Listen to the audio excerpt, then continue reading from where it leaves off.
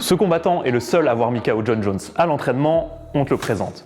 Et oui, Jon Jones est pratiquement invincible dans la cage. La preuve, sa seule défaite a été via disqualification pour des coups de coude illégaux. C'était en 2009 contre Matt Hamill et Bones était largement au-dessus. Mais à l'entraînement, il a déjà été envoyé une seule fois au tapis. Le combattant qui a réussi cet exploit, Adlan Amagov. Un athlète relativement méconnu du grand public, mais qui était pourtant excellent dans la cage. À l'époque, Adlan Amagov s'entraînait dans la même salle que Jones, le Jackson Wink d'Albuquerque. Et son truc à lui, c'était les coups de pierre tournés. Vraiment, c'était un spécialiste, à tel point qu'il était surnommé le Van Damme tchétchène. Lors d'une séance de sparring, il s'est retrouvé face à Jon Jones. Et la suite, c'est Bones lui-même qui la raconte le mieux. On s'entraînait depuis 20 minutes et Adlan m'a mis KO. Il m'a envoyé un coup de pied au foie et je ne pouvais plus respirer. Je suis tombé au sol, complètement paralysé. C'est la seule fois que c'est arrivé, je n'oublierai jamais ça. Et pendant cette fameuse séance d'entraînement, Jones n'a pas été la seule victime d'Amagov. Et oui, il a aussi mis une autre légende de l'UFC KO grâce à son coup de pierre tourné, Carlos Condit. C'est Carlos Condit lui-même qui a révélé l'information dans un entretien accordé au Jackson Podcast. Ouais,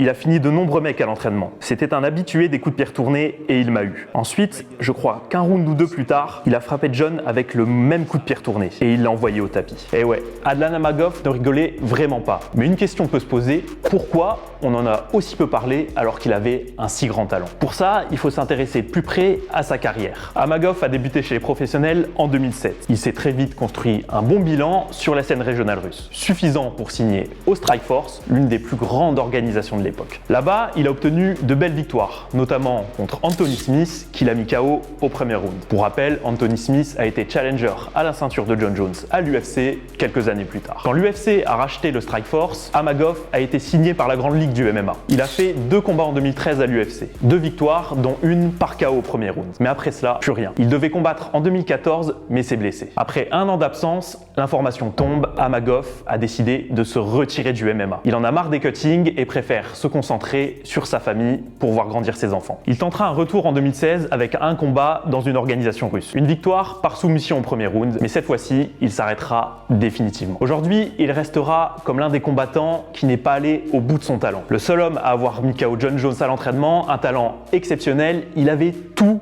pour devenir champion à l'UFC. Et il a choisi une autre voie, celle de la famille, et comment lui en vouloir.